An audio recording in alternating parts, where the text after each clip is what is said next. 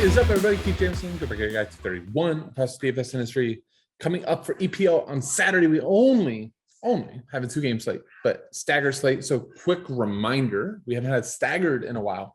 Make sure you are being very careful with how you fill out your positions. Utility should be filled last with somebody in the last game.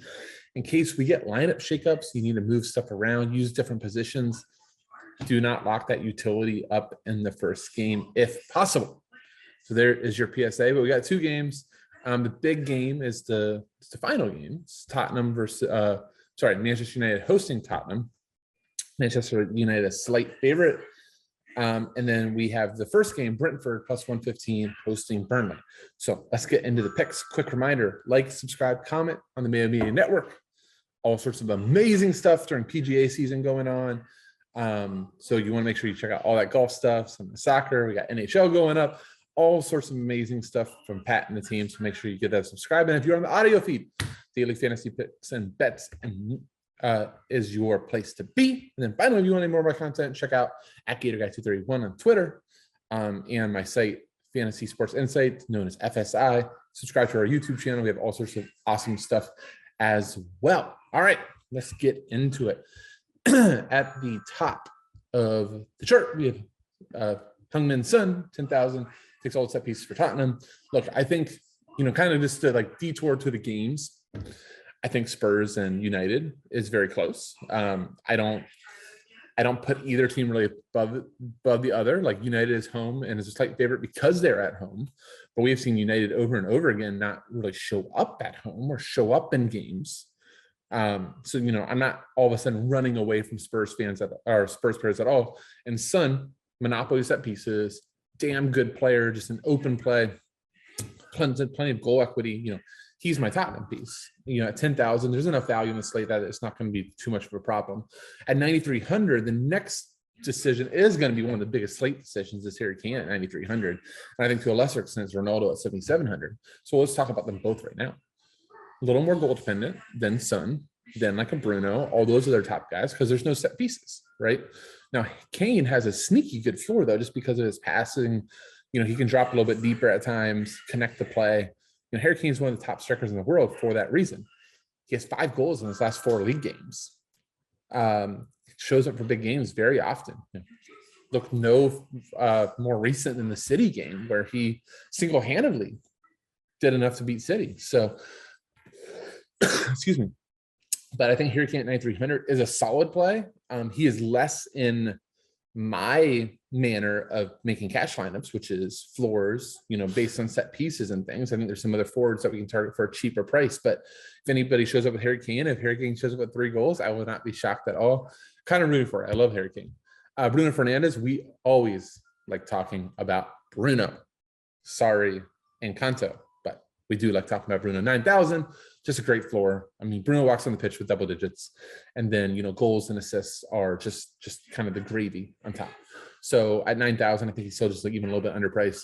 Look, Spurs is going to play very much on the counter here, which is funny because I think United used to want to play on the counter. They now want to play a little bit more on the front foot, which could actually be a disaster for United. As good as Conte can set up Tottenham, and Tottenham could hit them on the break. So I do think that Bruno, those 4 here, is elite. So at 9,000, I'm all about Bruno.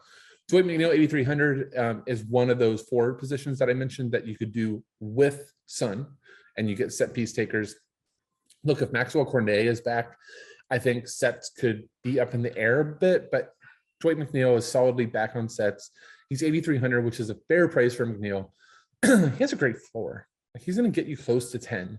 As long as he's on set pieces, crosses the ball plenty, open play.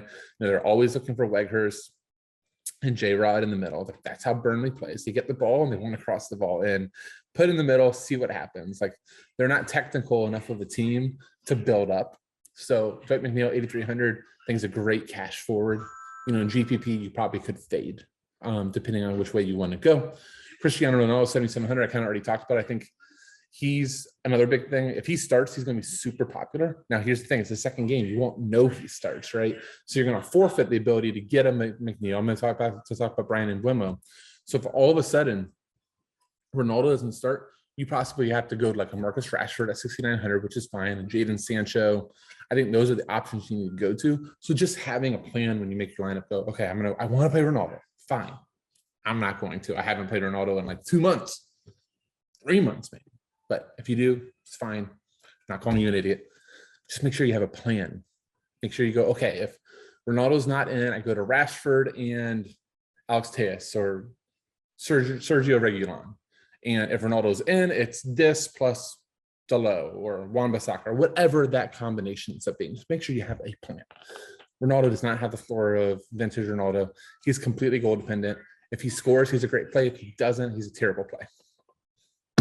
That's Ronaldo at this point. So if you think he scores, go and play him. If you don't, join my club and fade him. Brandon Buemo, 6,000, 8.8 DK last game. He's losing sets now to Ericsson, our cover boy. Can't wait to talk about him in a minute. But Brandon Buemo, a great player. Oh, great. Great's an overstatement. Really nice player.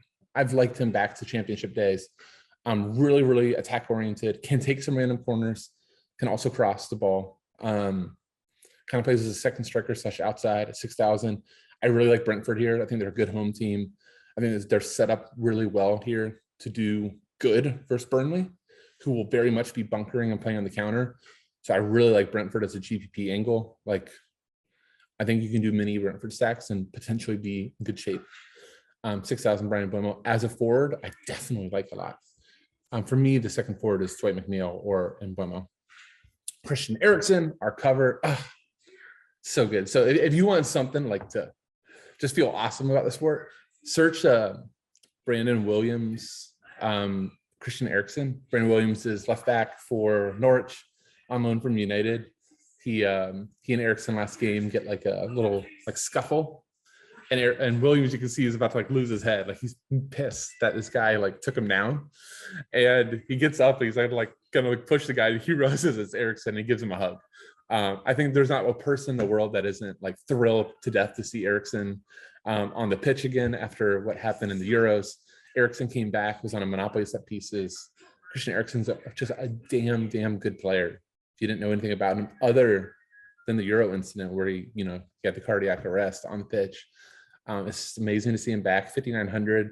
He could be 100% owned in cash, and that's okay. Like, play him, root for him, and just even like beyond just like the sentimental parts, like 5,900 for Christian Eriksen in any other form, it's just a complete lock. And he's on sets, so. And I already told you I like Brentford, so Christian Eriksen 5,900, all about it. Alex Tejas 5,100. I think if he's in, I want all of Alex Tejas. If it's Luke Shaw at 6,100, I probably don't. So again, that's another thing you have to plan for. But Alex Tejas, when in split sets, he has a lot more open play value than Luke Shaw does, who doesn't seem to want to cross the ball and open play anymore. That's why I don't really love Luke Shaw. Like if it was Luke Shaw or Sergio Reguilon from Spurs, I would choose Sergio, despite no sets.